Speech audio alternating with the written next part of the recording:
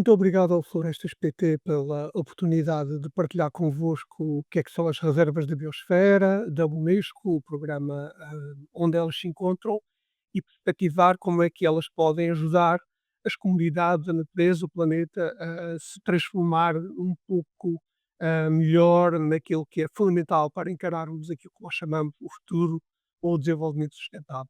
E, portanto, eu vou conduzir-vos hoje um bocadinho, e se passarmos ao slide seguinte, ah, para uma introdução relativamente ao mundo das reservas da biosfera da Unesco. Vou falar do programa MAB, MAB, que quer dizer em inglês Man and Biosphere, e a sua rede mundial de reservas da biosfera. Vamos dar, obviamente, um bocadinho de foco às reservas da biosfera que existem em Portugal, quais são as suas estratégias de atuação, qual é o papel das redes temáticas e quais são os desafios globais, ou seja, aqueles desafios à escala não só local, no sítio onde vivemos, mas sobretudo à escala planetária, porque efetivamente vivemos todos num planeta muito pequeno e que não há outro igual, que é o planeta Terra, e portanto partilhamos de desafios, de problemas, mas também de soluções e de caminhos novos numa perspectiva global. Então vamos começar primeiro por falar um bocadinho do que é a Unesco e o que é o programa MAB e a Rede Mundial de Reservas da Biosfera. Para os que não estão familiarizados com a Unesco é uma agência das Nações Unidas que se ocupa das temáticas da educação, da cultura, da ciência e da informação. Tal como durante o Covid, por exemplo, ouvimos falar muito da Organização Mundial da Saúde, ou quando ouvimos falar das crianças da Unicef, são tudo agências da Organização das Nações Unidas que se ocupam de temas específicos. No caso da Unicef, das crianças e da educação. No caso da Organização Mundial de Saúde, da questão precisamente da saúde à escala global. No caso da Unesco, é a Organização das Nações Unidas que se ocupa da educação, da cultura e da ciência. Digamos que é o braço intelectual do sistema das Nações Unidas. Neste momento, inclui 194 países. Foi fundado em 1945, logo a seguir à Segunda Guerra Mundial, precisamente porque se acreditaram os responsáveis dos Estados-membros dos países que a constituíram, que a paz se constrói através da educação, da cultura e, sobretudo, na mentalidade das pessoas. Como é que nós operamos? A Unesco opera com uma sede em Paris, e depois tem escritórios espalhados por todo o mundo.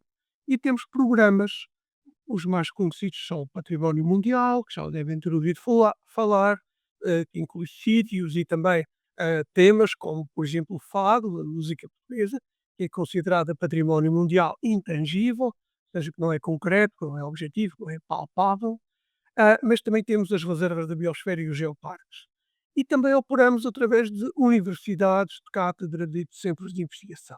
E, portanto, a Unesco, na prática, é a organização de todos nós. Não é um corpo estranho, mas é antes uma organização que os países todos hum, ajudam e que conjuntamente determinam o que é o nível da educação, da ciência e da cultura se faz. Então passamos então ao slide seguinte para falar especificamente do programa O Homem e a Biosfera, Man and the Biosphere, e a Rede Mundial de Reserva da Biosfera. É um programa com mais de 50 anos e que visa construir a paz com a natureza. Por que isto é importante?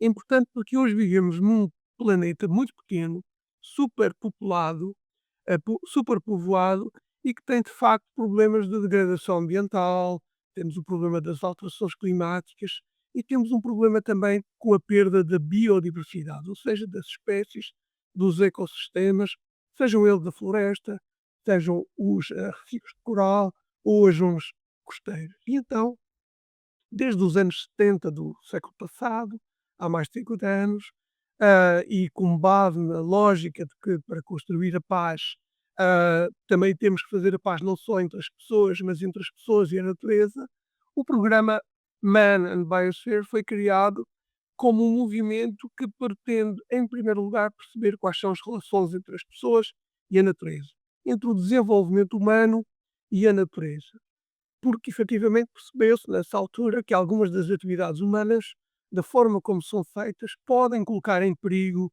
ou em desequilíbrio elementos fundamentais como a água, como os ecossistemas, os quais são fundamentais para a nossa sobrevivência enquanto espécie, para o desenvolvimento tal como o conhecemos.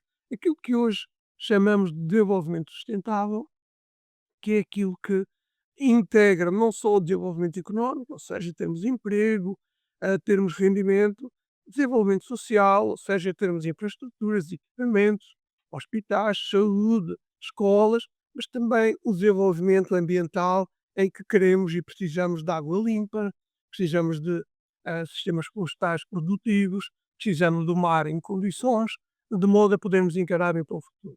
E isso é feito através do programa O Homem e a Biosfera, eh, através da designação de sítios que são as reservas da biosfera. Passamos ao slide seguinte e veremos um pouco o que é uma reserva da biosfera. Eu tenho aqui o exemplo de uma reserva que fala português, a Ilha do Príncipe, precisamente não por alguma razão especial, mas porque sendo uma ilha, dá para perceber o que é uma reserva da biosfera. E uma reserva da biosfera, neste caso, é a totalidade da ilha mais o mar à sua volta. Depois tem que ter um zonamento, uma organização espacial, que integra 3 tipos de zonas. A zona núcleo, que normalmente tem que ter estatuto de conservação, corresponde a uma reserva, uma área protegida, ou um parque natural, ou um parque nacional. Depois, à volta dela, temos uma zona tampão e o resto é aquilo que nós chamamos nas reservas da biosfera, zonas de transição. Cada uma destas zonas tem uma função primordial, mas que não é exclusiva, ou seja, não se esgota em si próprio. E as 3 funções que qualquer reserva da biosfera no mundo inteiro tem que cumprir são as funções de conservação, seja da natureza, da biodiversidade, das espécies, dos habitats, dos ecossistemas, mas também da cultura humana associada à natureza. A par disso, temos o apoio logístico, a segunda função, tem a ver com a educação, com o conhecimento, com a investigação científica, e a terceira função, que é a promoção do desenvolvimento socioeconómico. E qualquer que seja a reserva da biosfera no mundo inteiro tem que cumprir essas funções. Passamos então agora, um bocadinho mais à frente, para uma outra definição do que é a reserva da biosfera. Não é apenas uma área protegida, não é apenas uma área para proteger uma determinada espécie ou ecossistema. Tem a ver, obviamente, com isso. Queremos conservar a natureza, mas queremos, sobretudo, fazer uma utilização inteligente dos recursos naturais. E isso passa por assegurarmos que os nossos ecossistemas nessas reservas estão saudáveis. Mas também queremos que sejam sítios de experimentação, laboratórios de conhecimento, facilitadores de cooperação ao nível local. Vejamos então o que é uma reserva da biosfera. Não é apenas uma área protegida, onde pretende apenas defender a natureza e a conservação da natureza. É uma área onde se quer efetivamente promover isso, tendo ecossistemas saudáveis e promover a utilização inteligente desses recursos, porque a natureza, quer se queira, quer não, são também recursos ao nosso dispor e que devemos fazer a melhor utilização. Mas são sítios onde as pessoas, sejam elas escolas, sejam elas cientistas, sejam elas gestoras, se comprometem a conhecer melhor, a fazer desses sítios laboratórios vivos para melhor perceber o seu papel, como é que nós interagimos com a natureza, como é que podemos defender a natureza de modo a beneficiarmos da natureza e cooperarmos todos dentro de cada reserva de biosfera e entre reservas de biosfera. Falaremos mais à frente das redes temáticas e geográficas. Ora bem, olhando para estes territórios, que são sítios, combinamos o conhecimento, a educação, a conservação com o estímulo à economia local. Significa que ligamos a natureza e a conservação da natureza com a criação de emprego, seja ele na agricultura, seja ele no turismo, e na prática transformamos estes sítios em pequenos laboratórios vivos daquilo que nós chamamos sustentabilidade, em que as pessoas, sejam elas cidadãos, empresas, governantes, alunos, pais, sejam elas o que forem, têm consciência dos valores dos sítios onde vivem e se comprometem a fazer o melhor uso e a promover o melhor conhecimento destes recursos em favor do desenvolvimento equilibrado, saudável, sustentável da natureza e das pessoas. Passamos ao slide seguinte, onde vamos ver que em Portugal nós temos um conjunto de várias reservas da biosfera. Neste momento temos 12 reservas da biosfera, possivelmente ainda em 2025 passaremos a 13, que há uma nova candidatura, e há uma outra candidatura já em fase avançada de preparação, que é a Serra da Estrela, no próximo ano. A primeira reserva da biosfera, criada em Portugal, foi em 1981, que é a reserva do Paul do Boquilobo. Fica no centro do país, é uma zona úmida, muito próxima à Gulgã, e que tem, digamos, uma faceta muito ligada à agricultura, mas também a áreas de conservação de aves.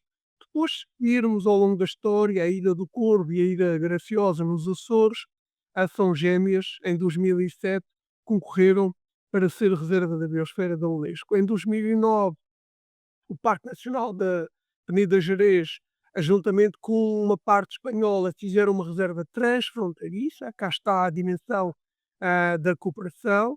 E também nesse mesmo ano a Ilha das Flores, também na região autónoma dos Açores, juntou.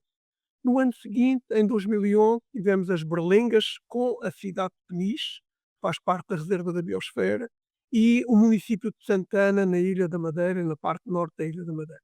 Depois tivemos a maior reserva da biosfera portuguesa, juntamente com o território espanhol, que é a Meseta Ibérica, que vem desde Bragança até ao lado de Salamanca, em Espanha. Depois, em 2016, o pool do Boquilobo foi revisto, foi aumentada a área, ou seja, as reservas da biosfera não são sítios estáticos, podem evoluir, e tivemos uma nova reserva da biosfera transfronteiriça, que é o Tejo de Tajo Internacional, que novamente junta as terras da fronteira de Portugal com Espanha. Em 2017 tivemos a primeira reserva a sul do Tejo, em território continental, Castro Verde, e em 2020 a última reserva da biosfera portuguesa aprovada, na ilha do Porto Santo. O que é que têm em comum estas reservas da biosfera? Têm a circunstância de serem territórios delimitados, que no seu interior possuem áreas protegidas, mas que possuem população. E essa população está consciente e promove a gestão, ou procura promover a gestão adequada dos recursos naturais. Isto pode ser feito através de projetos de conservação da floresta ou da zona costeira, mas também pode ser feito através da utilização sustentável de recursos, como, por exemplo, o desenvolvimento de roteiros de turismo sustentável, ou programas de educação e de formação e capacitação em termos da valorização de produtos que são únicos destas terras, porque muitas vezes temos espécies endémicas, espécies que apenas existem nestes lugares, a partir das quais, e com base numa lógica da tradição, do conhecimento tradicional, se criam produtos que podem ser de utilização gastronómica, como o mel, como alguns produtos agrícolas, mas também artesanato, ou até manifestações culturais, como a música, como a escultura, a pintura, que efetivamente, numa lógica de sustentabilidade e boas práticas, acabam por ter um valor acrescentado, e a classificação enquanto reserva da biosfera traz valor acrescentado a estes produtos que se posicionam no mercado do turismo de uma forma diferenciada pela positiva em termos de qualidade. Vamos passar à frente com alguns exemplos. Bem, aqui vemos que efetivamente há uma boa distribuição das reservas da biosfera em Portugal. Vemos três que são transfronteiriças. Vemos aqui no lado direito do mapa de Portugal continental que temos reservas que têm uma parte em Portugal e uma parte em Espanha, e têm uma vocação de gestão conjunta. Neste momento está em preparação, está em fase de análise a reserva da biosfera da Arrábida, que junta vários municípios na zona da Serra da Arrábida, desde Setúbal, Peniche, enfim. E há uma outra em preparação, que é a da Serra da Estrela.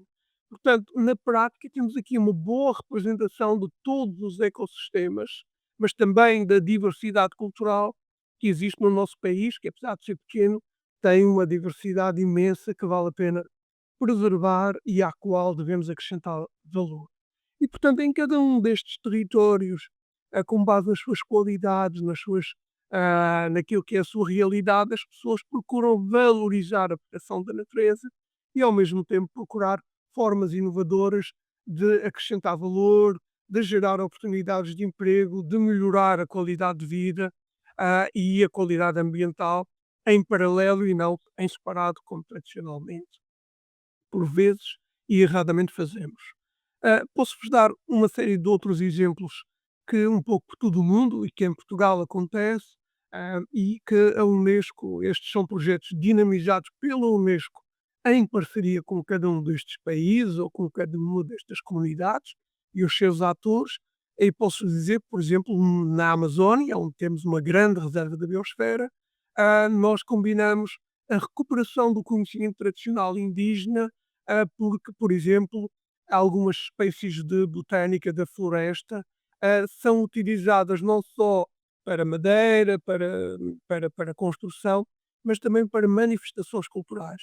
E a perda da floresta estava a gerar danos ambientais, mas também danos culturais, uma descaracterização. Ah, Na África do Sul, por exemplo, temos um exemplo da utilização de uma planta endémica que é muito importante para, digamos, a captura do dióxido de carbono, que, como já ouviram falar, é um dos gases com efeito de estufa, cuja concentração em excesso na atmosfera faz o aumento da temperatura, o efeito de estufa, e nós precisamos de ecossistemas a funcionar bem para capturar o máximo de CO2, de dióxido de carbono, para assim não termos uma contribuição tão elevada desses gases com efeito de estufa para o aumento da temperatura média global. Isto tem a ver com o uso inteligente de recursos, mas temos outras formas, podemos passar no slide seguinte, onde se dinamiza a economia local. Por exemplo, temos um projeto também com uma parceria com uma marca de moda, a Guerlain, que ajuda a repovoar com, digamos, plantas e polinizadores para, digamos, aumentar, digamos, a restauração ecológica, que não passa apenas pela plantação de árvores. Mas também se proporciona aos produtores locais a possibilidade de reunir os seus produtos e de os fazer chegar às escolas ou aos supermercados locais, valorizando-os através de produção sustentável, com boas práticas, tradicionais e com menor impacto ambiental, como é o caso da Ilha de Menorca. Em Portugal, por exemplo, em Santana, há um projeto muito parecido com este de Menorca, que foi transferido de Menorca para Santana, onde os pequenos produtores artesanais que produzem 10 quilos de batata e não conseguem vender os 10 quilos de batata porque não conseguem consumi-lo e têm que vender o que sobra para não desperdiciar, a reserva da biosfera faz a acumulação desses produtos e gera uma massa crítica que depois permite colocá-los em cantinas ou em supermercados de maior escala, coisa que individualmente os agricultores artesanais não iriam conseguir fazer porque não têm disponibilidade nem de transporte, nem de comunicação, nem de capacidade de negociação.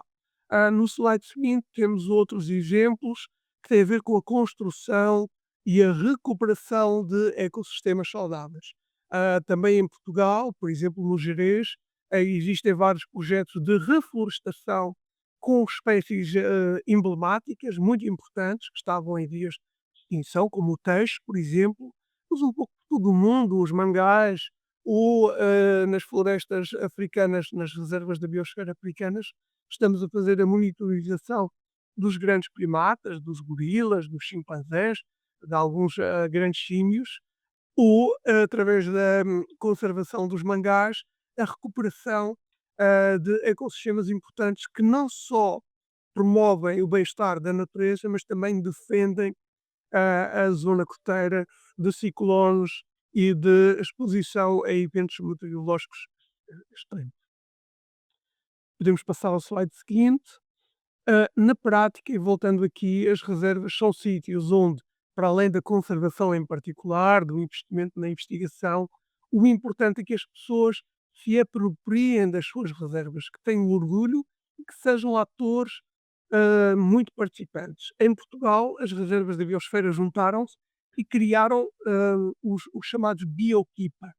Possivelmente alguns de vós nas vossas escolas já ouviram falar disto, se não ouviram, falem com os vossos professores e peçam para se juntar às reservas da biosfera e que a vossa escola seja parte da rede de biokeepers. Os biokeepers, na prática, são cidadãos normalmente alunos e escolas, juntamente com as suas comunidades e os pais, que dedicam uma parte do seu tempo a voluntariado e ações de dinamização da conservação da natureza, mas de difusão do conceito de reservas da biosfera. E na prática isto permite aos alunos perceber melhor como é que as coisas funcionam, perceber como é que a natureza funciona, quais são os riscos, mas sobretudo qual é o seu papel enquanto cidadãos, sejam eles alunos ou mais tarde consumidores e chefes de família, responsáveis por empresas, o que é que nós podemos fazer no nosso dia a dia para garantir esta compatibilidade entre o nosso desenvolvimento e a conservação da natureza. Portanto, fazer das reservas de biosfera laboratórios vivos significa fazermos nós parte dessa dinâmica de funcionamento das próprias reservas, que não têm propriamente um dono. Elas pertencem a todas as pessoas. No mundo inteiro existem 300 milhões de pessoas que vivem em reservas de biosfera. Passamos à frente. Tudo isto se faz de uma forma cooperativa. Ninguém consegue resolver problemas de uma forma isolada. E isto significa que dentro de cada reserva, elas constituem-se como plataformas para diálogo e cooperação, em que o investidor, o homem de negócios, as empresas, não são inimigas da escola nem daqueles que se preocupam mais com a conservação da natureza. E, portanto, só com diálogo, só com entendimento ao nível local, mas também entre reservas da biosfera, sejam elas transfronteiriças, como as três que vimos em Portugal, sejam entre as redes de reservas que cooperam, motivadas pela língua ou motivadas pela sua natureza em termos ah, fisiográficos, a cooperação é um elemento fundamental e é isso que faz com que as 300 milhões de pessoas que vivem nas reservas da biosfera possam comunicar e transferir conhecimento, soluções para problemas que já resolveram, mas que noutros sítios ainda estão por resolver. Passamos ao slide seguinte. Significa que então as reservas, para além de fazerem o seu papel ao nível local, elas são obrigadas pelas regras a se constituírem em redes. E, por exemplo, temos a rede de reservas em montanhas, temos a rede de reservas em ilhas e zonas costeiras, ou a rede CPLP-MAP, que é a rede que junta todas as reservas da biosfera portuguesas, mais as reservas do Brasil, de Angola, Cabo Verde, Moçambique, Guiné-Bissau, Timor-Leste e Guiné Equatorial, são todas as reservas dos países que falam português. Neste caso é a língua que as faz estar juntas e com isso partilham uma cultura e uma vivência que, sendo diferente em cada sítio, têm em comum esta língua. E, portanto, são formas que dão expressão ao papel relevante do funcionamento das redes, sejam elas temáticas, como a rede das reservas da biosfera com grutas e cavernas, ou a rede de reservas da biosfera do Mediterrâneo, ou a rede de reservas da biosfera do Mar do Norte, ou a rede de reservas da biosfera africanas, ou a rede de reservas da biosfera ibero-americanas, que juntam as reservas da biosfera de Portugal e Espanha com todas as reservas da biosfera da América Latina. E é essa cooperação que faz, ao longo destes últimos 53 anos, as reservas da biosfera serem tão importantes, com um crescimento cada vez maior. Este ano tivemos um recorde de candidaturas, com 35 novas candidaturas. Passamos à frente, estamos a chegar ao fim. Hoje as reservas da biosfera, para além de resolverem problemas locais, elas contribuem para os processos globais, sejam eles a Convenção da Diversidade Biológica e o Quadro Global para a Biodiversidade de Cunha Memorial, é o nome onde este quadro foi aprovado, ou para os Objetivos do Desenvolvimento Sustentável, que muitos de vocês já ouviram falar e que fazem parte da Agenda 2030. Em particular, não todos os 17 objetivos, mas alguns ligados à conservação, à produção sustentável, às alterações climáticas, à biodiversidade, ao mar e às florestas, são efetivamente contributos que as reservas da biosfera, no seu conjunto, dão e que têm algum impacto ao nível global. Como já vimos, 300 milhões de pessoas não é um número assim tão pequeno. Por outro lado, estamos próximos de chegar a perto dos 10% da área de superfície do planeta. E se conseguirmos mostrar que é possível nestes 10% viver em harmonia com a natureza, então em qualquer outro sítio do planeta poderemos fazer o mesmo. Efetivamente, a cada 10 anos, a Rede Mundial de Reservas da Biosfera, portanto, todas as 759 reservas existentes, vão estar juntas no quinto Congresso Mundial e é aqui que elas vão partilhar e vão discutir o que é que querem fazer para os próximos 10 anos. O Congresso é aberto a todas as reservas da biosfera e, consequentemente, a qualquer pessoa interessada pelo processo e que queira acompanhar, digamos, este momento importante da vida de um programa que, ao final do dia, diz a respeito a todos nós, não apenas aos que vivem nas reservas da biosfera, mas aos que beneficiam do trabalho que é feito em cada dia nas reservas da biosfera. E com isto eu termino. Podem, em qualquer momento, quer em Portugal, quer diretamente aqui na Unesco, contactar-nos para explorar um bocadinho melhor. Tem as nossas redes sociais e o website, onde podem conhecer um bocadinho melhor o que é que são as reservas da biosfera, o que é o programa O Homem e a Biosfera, e aderir, digamos, como apoiantes do programa, quer seja nas vossas reservas de biosfera, quer estejam nas reservas que vocês visitam em Portugal ou em qualquer sítio do mundo. Foi um prazer, uma vez mais, muito obrigado por este aspecto e por esta oportunidade, e para o que seja necessário, cá ficamos ao vosso dispor.